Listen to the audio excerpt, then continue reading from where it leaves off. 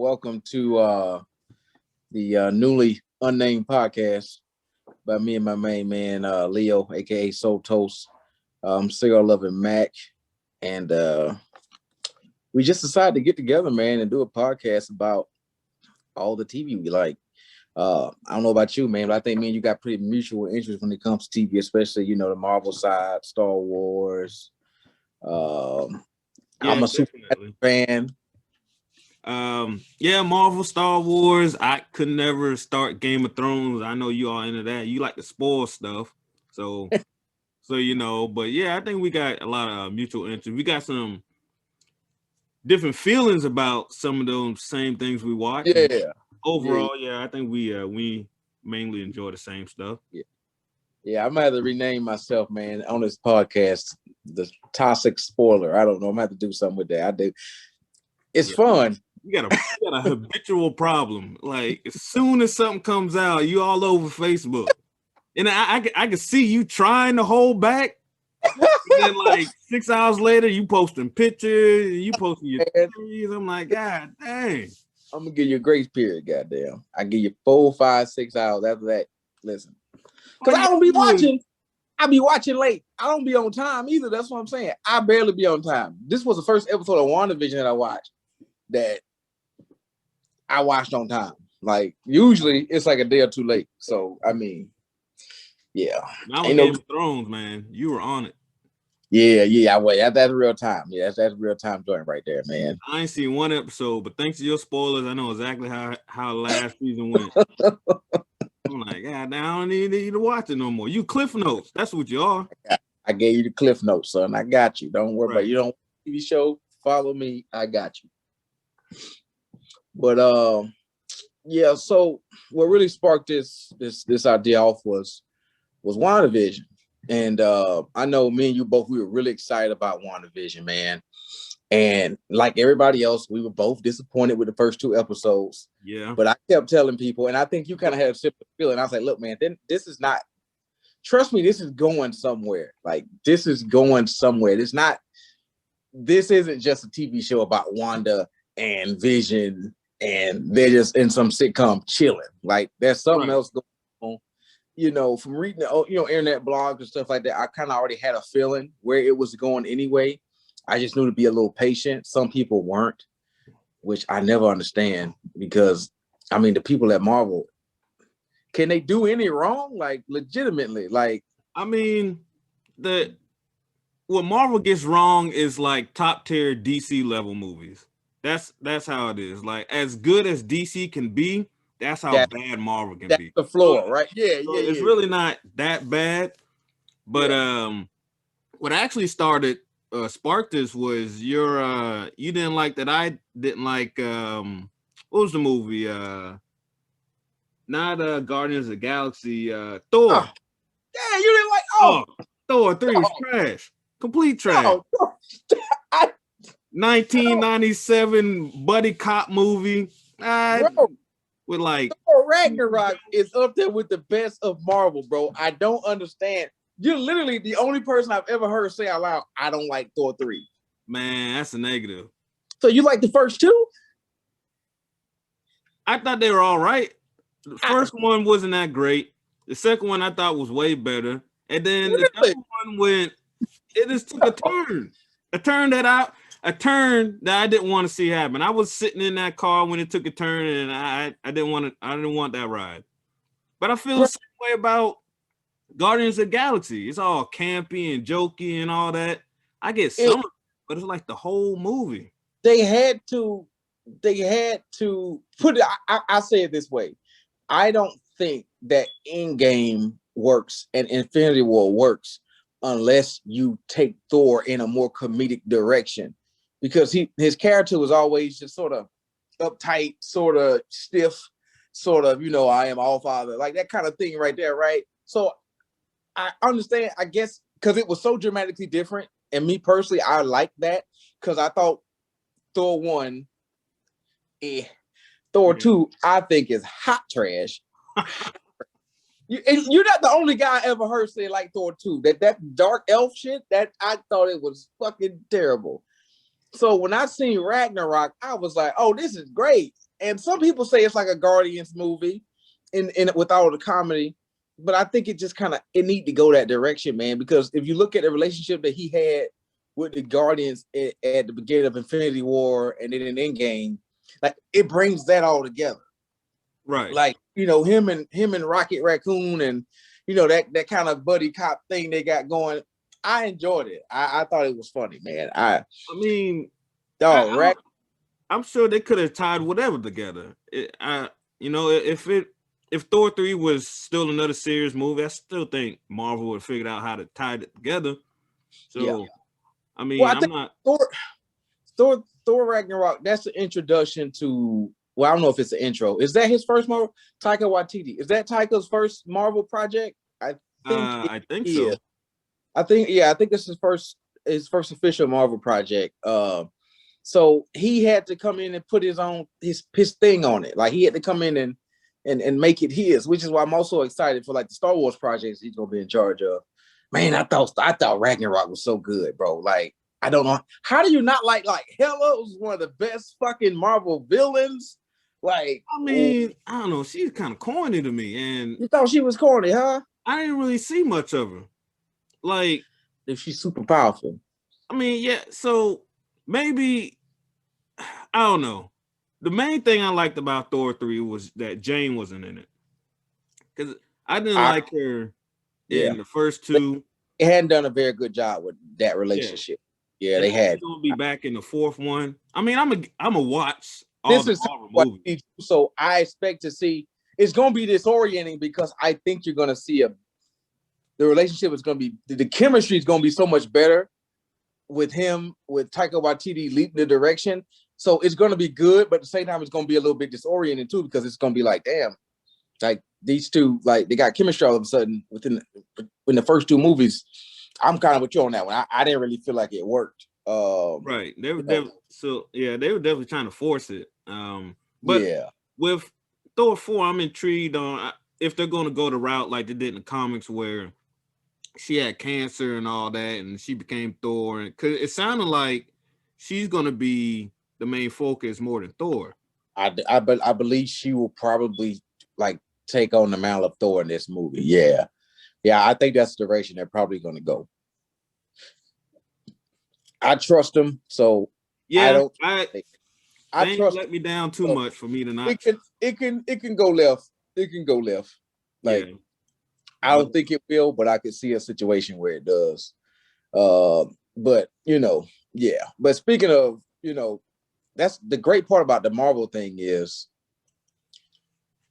they plucked an obscure character from the Thor movies, Darcy, and now she's a part of SWORD, and now she's a part of this new WandaVision universe, and Darcy and Jimmy Woo and Agent Rambo, like they're like this trio that's been formed all of a sudden, man, and it's super cool.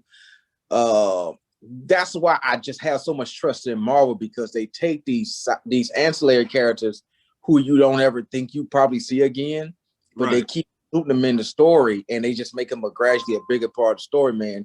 And it's dope to see, man. Like, it's really, really dope to see. So Darcy now is like one of my favorite characters in the Marvel universe. That's played by Kat Dennings, right?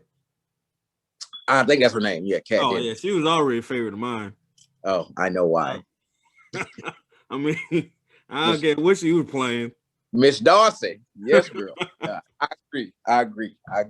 But yeah, like with Wu, like you first see him, and they grow. It's like he's doing the magic trick that you wanted to learn.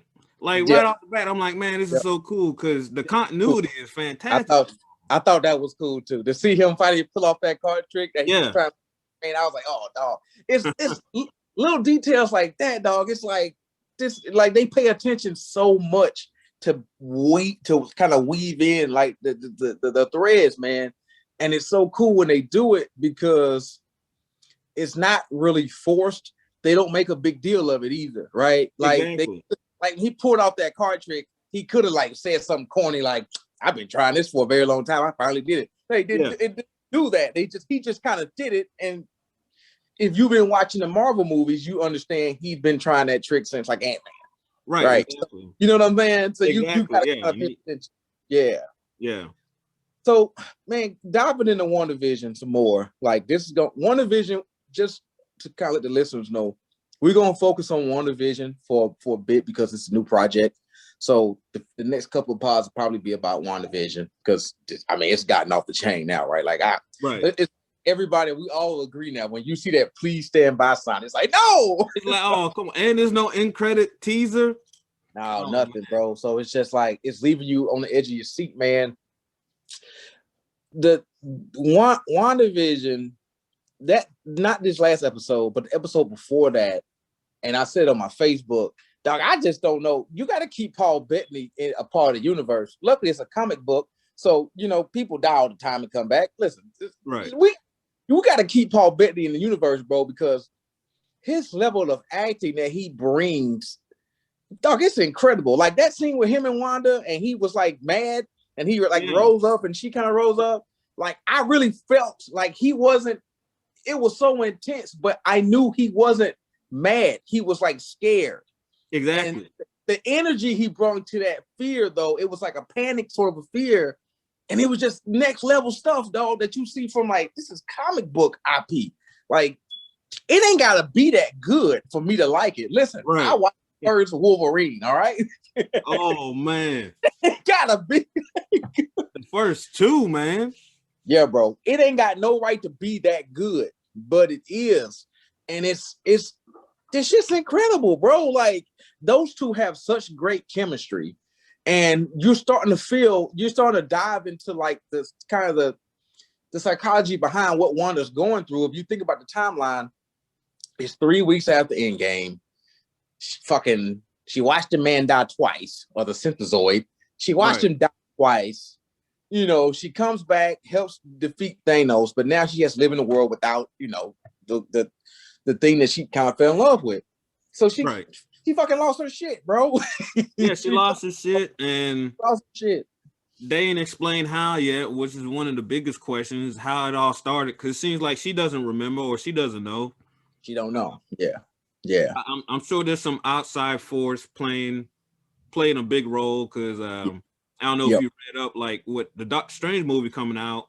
Yes. Is supposed to play a big role in it, and I think Nightmare is supposed to be one of the big villains in it, and he can do all kinds of stuff. So I don't know if she made a deal with somebody or whatever, because she had broken heart and all that. And the rumor is it's Mephisto. They do seem to be going towards Mephisto. Right. All the little little Easter eggs, like with Pietro calling the kids little demon spawns and stuff like that. Because in the comic, he was part of Mephisto's spirit to make her twins or whatever.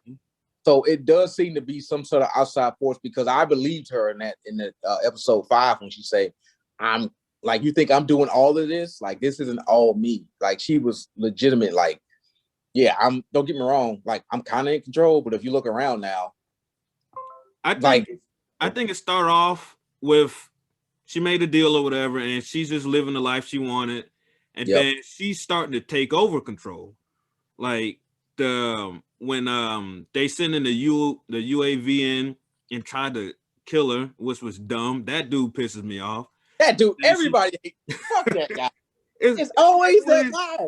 It's like when Star-Lord started smacking Thanos in the face. It's like, come on, bro. Like, just use common sense. Like, bro, they got the gauntlet. The force field. It's like her own force field now around it.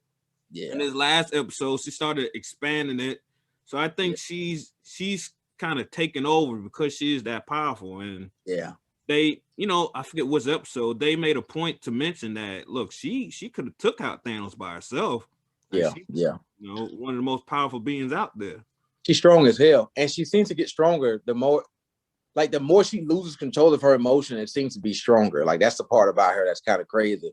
It seems like the anger, it's like a Gohan situation, right? The angrier she gets, the stronger she gets. Is little kid Gohan. Remember, he would get mad, and all of a sudden, once he got mad, it was like, oh shit. Yeah, he had them little spurts, and he started head. Yeah, he would have those spurts, right? It's a similar situation. It's like when, like, she was grief-ridden when she was getting ready to off Thanos that first time, and he hit her with the "I don't even know who you are." That was so disrespectful. Right? Listen, I had, just know yeah, I put that in my yeah. I put that in my back pocket. All right. Next time somebody asks me about somebody I don't really care for, I don't even know who that I is. don't even know who you are. Who that? Yeah, she was messing him up. He had to turn the whole ship on her. He's Yeah. like, I don't even care about my own people. This Yeah, don't even listen, feel right. it's off of me. She is trying to kill me. Exactly. But sir, our troops, fuck the troops. Right? Like, come on now. Let the chopper sing, son. This bitch is about to end me. Listen, help me, Right. please. So yo, I mean, Wanda's incredibly powerful.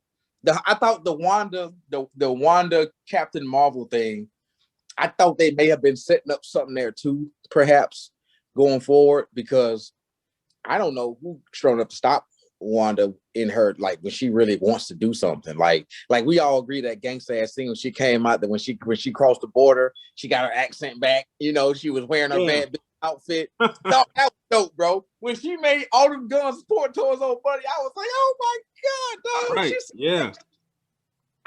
I don't know who. Monica Rambeau has the best plan. We can't stop her.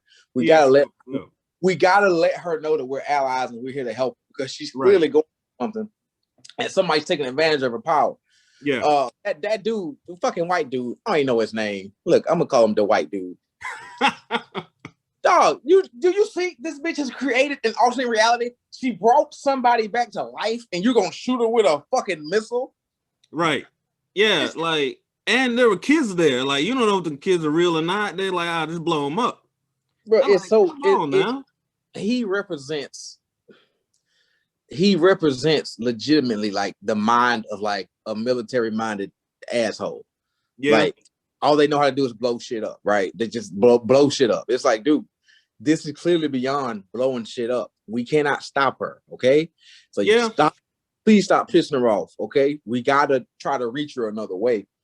And I'm holding some reserve for him though, because like I think it was the last episode, him and Rambo got into it. He's like, man, you weren't here those 5 years. Like, we had to put shit back together. So them 5 years, I'm sure them tactics worked.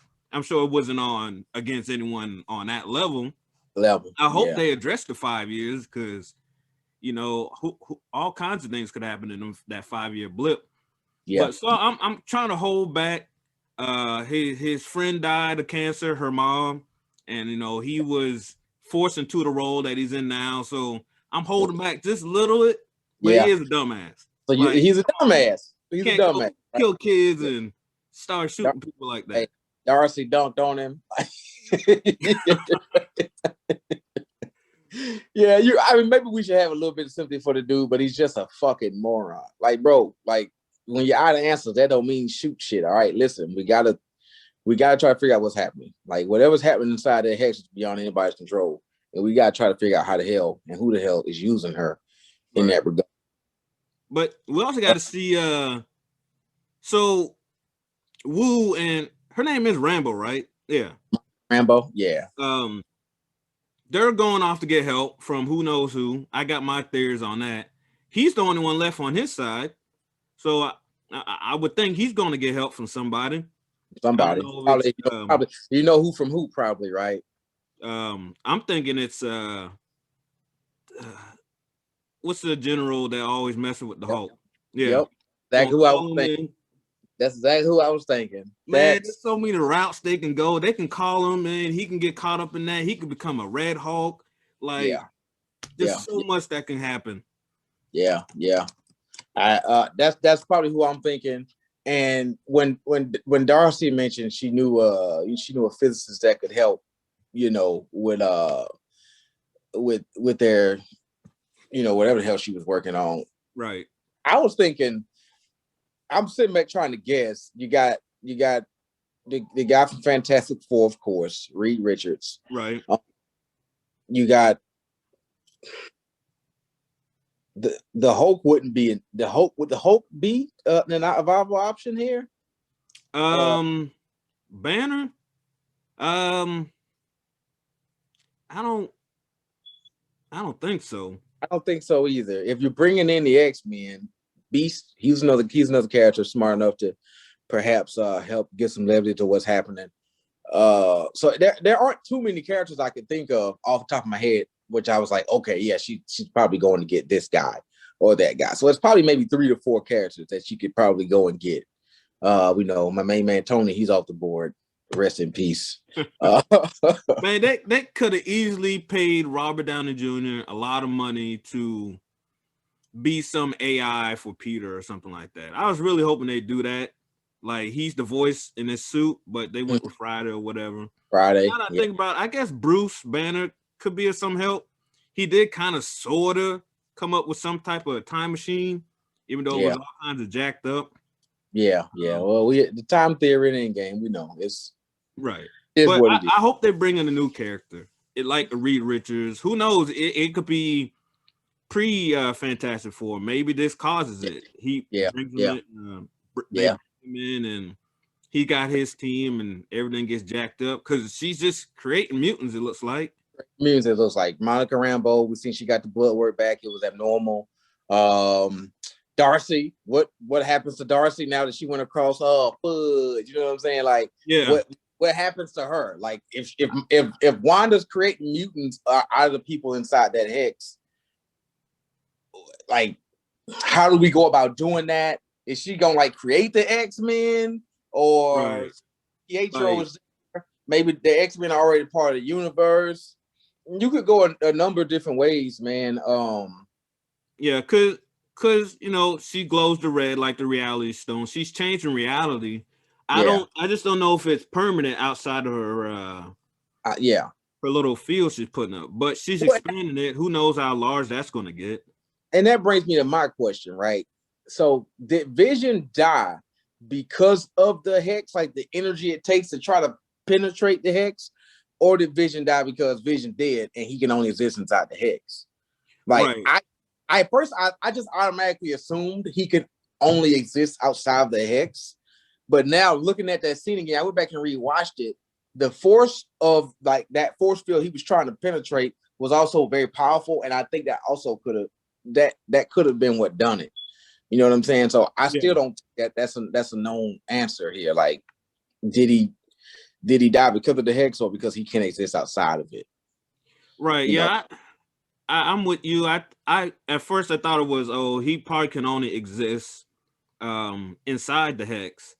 I originally thought that because when she lost control, we saw what he really looked like, but that could just be what she remembers of him. A flashback, which was also scary. Look, man, them creepy Marvel Pietro, they did not have to do that. Okay, that shit scared the fuck out of me. Okay, I'm like, hey man, stop, cut it out with that shit. Between that, the Vision one, and Tony coming up out the grave chasing Peter in the Spider-Man movie, can we chill out? Chill, Marvel. Right. I can talk all day about that movie. Just a little side note, like that movie, the first 45 minutes was not entertaining to me. You already know, if you know who Mysterio is, you already know what's going to happen. So I'm like, come on now, he's not that guy. He's not good. It's like, come on. Then it finally happened. I was like, okay, now let's see what happened. I thought half of the second Spider-Man movie could have been, you could have axed it. Like, I did not like it. I didn't like it until he figured out that Mysterio was Mysterio. He was using this Stark technology. I didn't care for it. I thought the first Spider-Man was much better. Yeah. And even then, I just come out and say it. I don't care for Spider-Man. I've never been one of them characters I've been invested in. What? But he's just like me and you. Outside like the normal guy, bit by a spider. Kind of really smart, you know. Parents got killed because they were in some stuff. This is a normal guy. The Spider-Man movies for me, I think because they've been redone over and over again. Like, I'm still a fan of the Tobey Maguire ones, right? Like, the first two. Yeah, the first two, right? Yeah, but these new ones, I don't dislike them. Like, I thought, like, Michael Keaton was a really good bad guy. Yeah. In that first remake, but they hadn't. That's been one, I will say, been one of the Marvel projects that hadn't connected. It hadn't landed with me yet, and I'm trying. Like, I think he fits better within the larger universe than his own franchise. But I've always felt that way. Even the Andrew Garfield ones, like, the only good thing about them Andrew Garfield ones was Gwen Stacy's death. I thought they did that so perfect because in the comics, Green Goblin throws and he shoots the web and it. Yep. They actually use real physics and it, it jerks her and it snaps her and it kills her. Yep. And in the movie, I don't know if it because it was too late or the snap, or if it was too late and her head busted against the floor. Yeah. Like, okay, that was good. That's pretty closely related. I thought that was well done. Green Goblin in it was terrible. Like them two movies. Jamie Foxx, great actor, but his Electro character just didn't do it for me. And then Andrew Garfield's like 30-something years old. I'm like, look, he might. Like, come on now. I can only pretend so much. So I don't even. And then, what was it Paul Giamatti as the Rhino? Yeah. It was just all kinds of weird. I know they're trying to set up for the Sinister Six and all that. So they're trying to throw in a lot of the side villains. Yep. But it just didn't work. I like the reboot. I like their movies, but it kind of seems like they're to set up other things now at this point. Yeah. I'm not anti Spider-Man. They just don't land. Like, I'm not enthralled with those movies like I am with, like, in my opinion. I know you're not a fan of Ragnarok. Cool, but like, I don't think anybody disagrees with Winter Soldier's. Like, yeah, that's a great movie. Hey, bro, Winter Soldier would make me put my phone down. All right, listen, that's hard to do. All right, in this age, that's hard to do. Okay, I would put my phone down and watch Winter Soldier. Like, that's top notch shit. Spider-Man never landed for me like that, man. And I'm trying to give it a chance. I'm hoping this third one kind of does it for me. But so far, the first one I thought was pretty good. The second one, half the movie you can throw away. Like, I just didn't feel like it was necessary. Man, it was funny when he almost killed that dude on that bus, but like, it didn't land. It didn't land. When Michael Keaton figured out who Peter was, and he's like, "Hold on, go inside, baby girl. I need to talk to him. I need to give him the dad talk." And he pulled out that gun. Yeah. Said, "Look, I'm gonna kill everybody you love. I'm giving you one shot to get out of this. We good?" Great actor. Yes. Michael Keaton's a damn good actor. Yes, damn good actor. My main man, Bokeem Woodbine. Like, the first one, I can kind of ride with. I'm not like hooked, but I can get with it. Second one, not so much. But yeah, Michael Keaton was gangster in that car. He was putting together in there. He driving. He's putting together in his head. All those daughter keep saying, like, this motherfucker Spider-Man. This motherfucker. Hey. Right.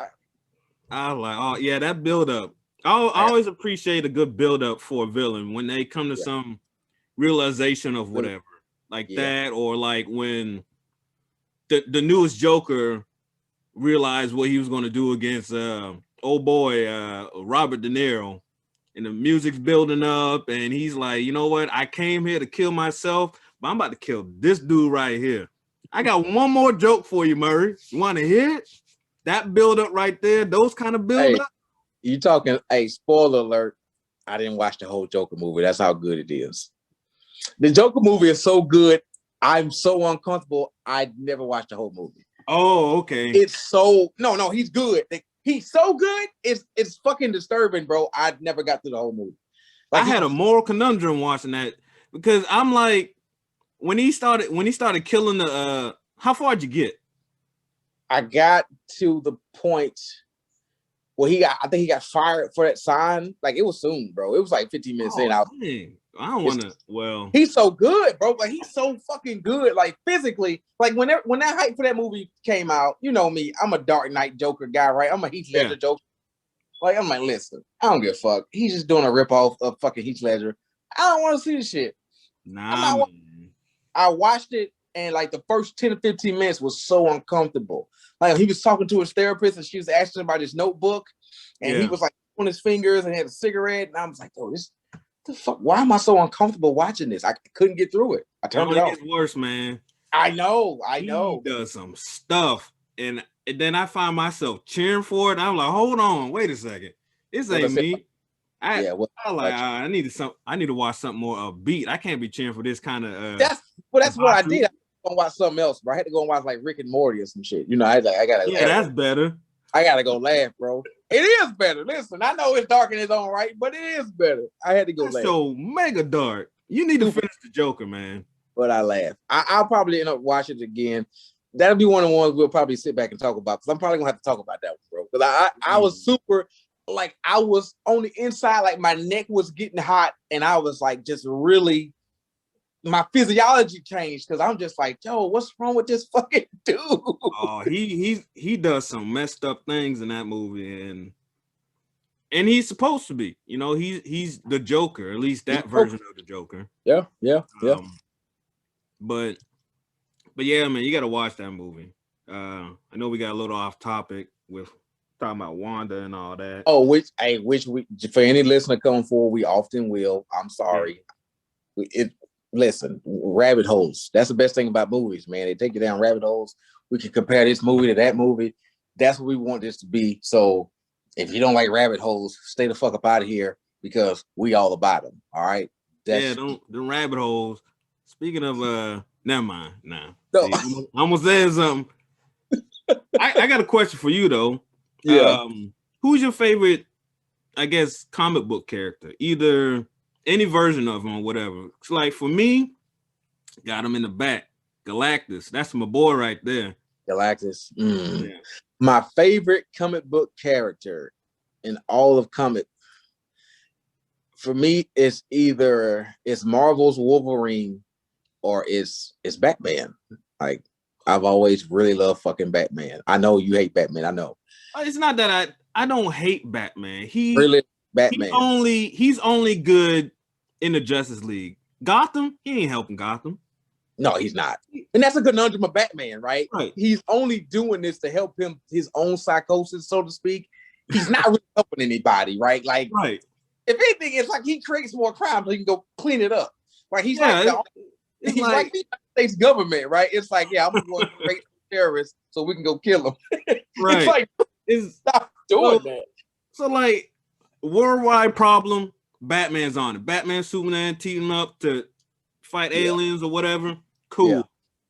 In Gotham, yeah, he's a problem. He really is a menace. Like, he's a fucking, like, you a billionaire, dude. Like, open up something. Like, yes, cure cancer or something. Like, even Lex Luthor, he's not interested. The cure for cancer.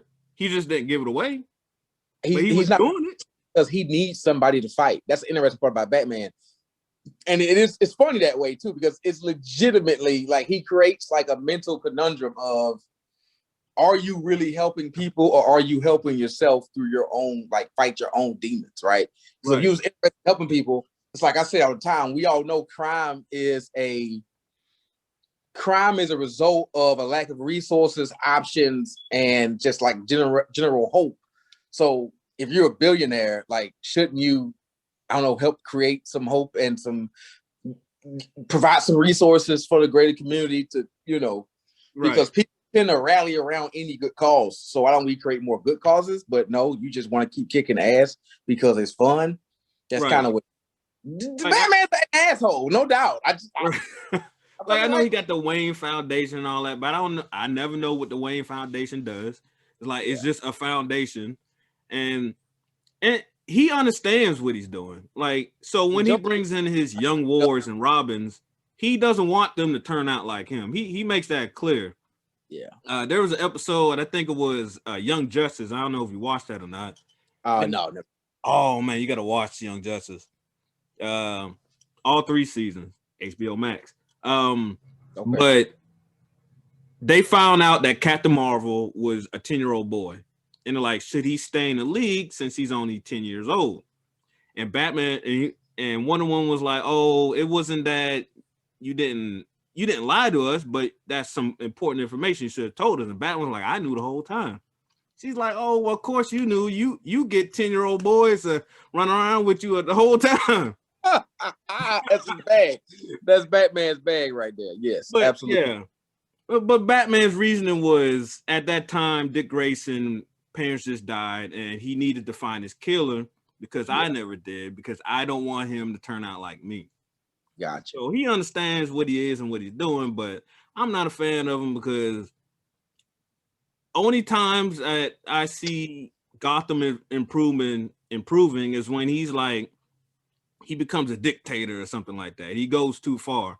So when he's just fighting at night and breaking people's bones and drug dealers, yeah, and then talk, and then it's like they go to jail and they come right back. You know how many people Joker has killed? Like, come on, bro. Well, and here's why I like Batman, because like I say, I don't know. It's not. You're right, because you helped me realize something. It's not necessarily the character I like; it's the story of Batman and what he is. Right. He can easily kill the Joker, but he won't do it because if I kill this dude, what would I do without him? And it's like what Joker said about Batman. I don't want to kill you. Like, what would I do without you? Like, this, you my G. Like, you're the guy. You're the reason I exist. Right. And Batman sees Joker as the same way, whether he knows it or not. He's like, I don't want to kill this dude. This dude's loads of fun. Like, I get to come out here blowing up half the city trying to catch this dude. This is great. I gotta use this money somehow. Listen, Jeff Bezos just stepped down Amazon. He's gonna be fucking Batman. Jeff Bezos quit Amazon to go be Batman and go beat up poor drug dealers and drug addicts. Right? That's his. He might be. Yeah. I mean, listen, I'm all for to see it. If I see you in the streets, I'm kicking your ass. You better get out of here. Have you played the Injustice games? I have played the Injustice games. Now, I don't play them in depth. I don't get a chance to play as much as I used to play games in general. But yeah. So the story for Injustice is fantastic. Joker convinces Superman to kill Lois and their unborn child, sets off a nuke, kills thousands of people, and Batman was like, nah, I got this. I can help the Joker. Superman was like, look, bro, I just killed my wife, kid, because this dude got to die. And he just rips his guts out. But Batman's like, oh, how could you do that? It's the Joker. He's mentally ill. Nah, bro. Dude's killing hundreds of thousands of people. That's on you at some point. You letting them do it. You got the funds to make up some place, somehow, someplace, some way to lock this dude up. You keep fighting him in Arkham. Got all these weapons. Yeah. Arkham's crooked. He keep coming out. It's like, come on, man. He can do much more as Bruce Wayne, the billionaire, than he can as Batman, I think. That's why I don't like Batman. But everything else about him, his training, his fighting, I love him as a character, but his detective skills are real smart. Yeah, his gadgets. Thanks of everything. Motherfucker he got a belt for everything. Like he got a belt or a spray or a pill for everything. Yeah. Batman's an interesting character, and that's one of the reasons he's like one of my favorite ones, because it's definitely like, dude, you could do more with your money, and it almost makes you wonder when the people that created him, was that the intention, or is that just kind of where the story led? But it's so funny because you live in this era now, the era of billionaires that we're in. It's like you people could do so much, right?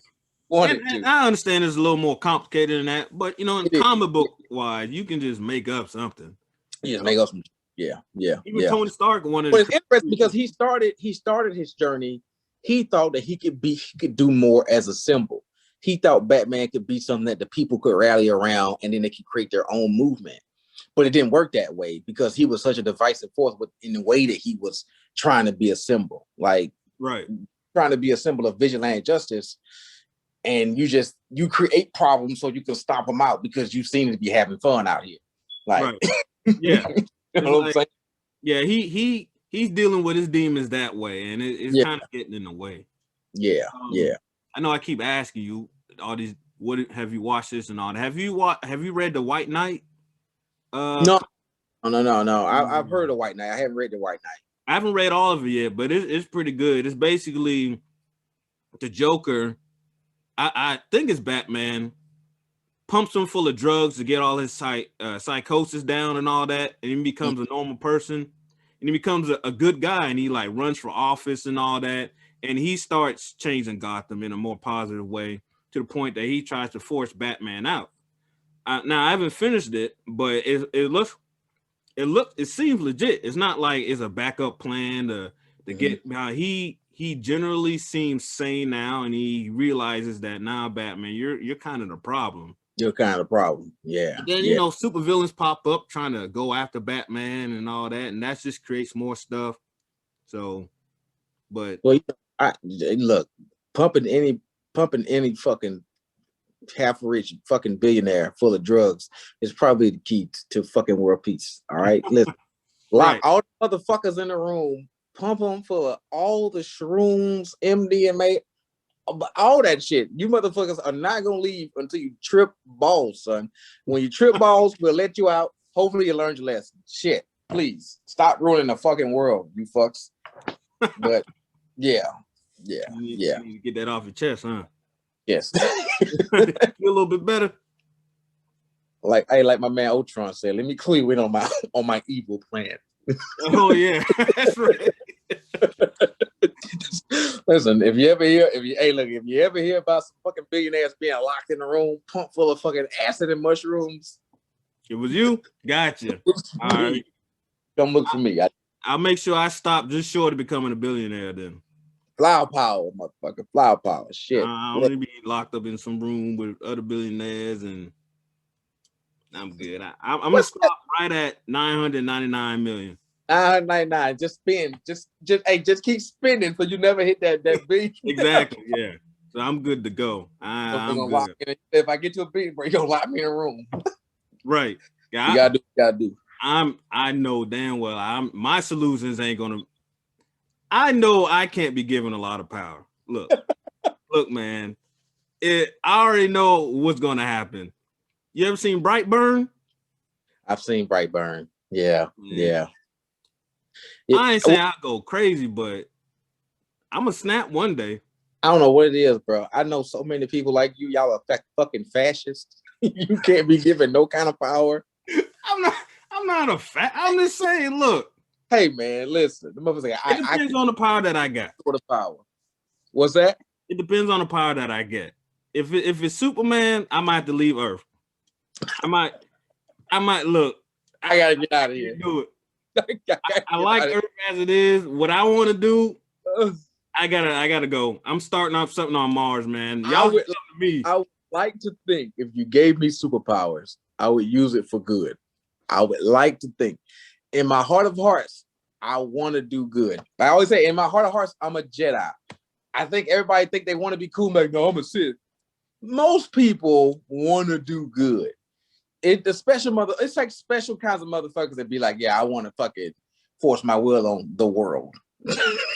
Like, I'm not Jedi don't do that, you know. It's not like they go get kids out of family homes and say, no, you got something in your bloodstream that means you're gonna be great, so you're gonna train with us. No. It'll be one dude did that, okay? And the fucking council did not want to train the he who shall not be named, okay? The council did not want that motherfucker to be trained, okay? Man, look. Yoda. Mace Windu was about to kill the Emperor. Anakin was like, hold on now. That's not the Jedi way. Mace Windu had a chance to turn it all around. He said, nah, this dude got to die today. Anakin said, well, if you say fuck it, I say fuck it. And then Mace Windu fucked that up. That's the great conundrum of responsibility and power in general, though. Like, I think that moment really encapsulates like what it means to like have any sort of influence. Because as much as I say, like, I tend to agree with Mace. Some people are so evil, this motherfucker's got to die. Like, listen, remember what he said? Fucking Darth Vader was like, he has to face trial in front of like a jury of his fucking peers. My man Mace is like, this motherfucker owns the Senate. No, we got to take him out. I tend to agree with fucking Mace. And I get it. So do I. That's what I'm just saying, like, look, Jedi, Sith, I blame man. Good and bad on both sides of me. Oh, man, we doing this both sides shit. You on this both sides shit too? That's what we do. Look, I've seen some Jedi make some messed up decisions. Like, look, if they're dumb enough to get brought into a war against themselves, basically, because the Emperor's just playing games with them, it's like definitely not smart. They're definitely not smart. It's like, come on now, you're supposed to be peacekeepers and all that, but you clearly just like a weapon in war. But the worst moment in Jedi history is when they all finally realized that some Sith Lord created a clone army for the Republic. With chips in their head. Yeah, like God know what. Well, nobody knew about the chips, right? Nobody knew about the inhibitor chips, which is, I can forgive them for that. But you're sitting around the round table, you're scratching your head. It seems like our enemy.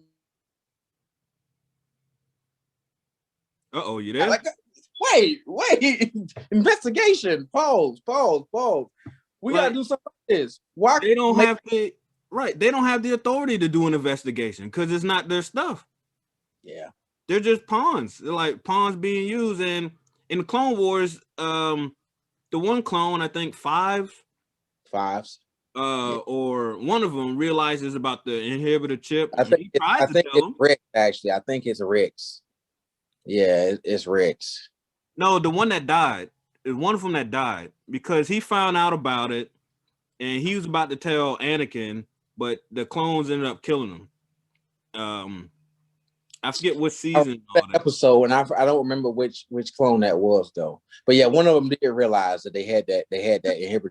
Because the Emperor told him straight up. Because he went to see the Emperor to see if it was true, and in the closed doors, Emperor was like, "Yeah, there's nothing you can do about it. No one's gonna believe you." And he runs off, and they end up killing him. Boy, they kill him. And Anakin was like, "Shit happened."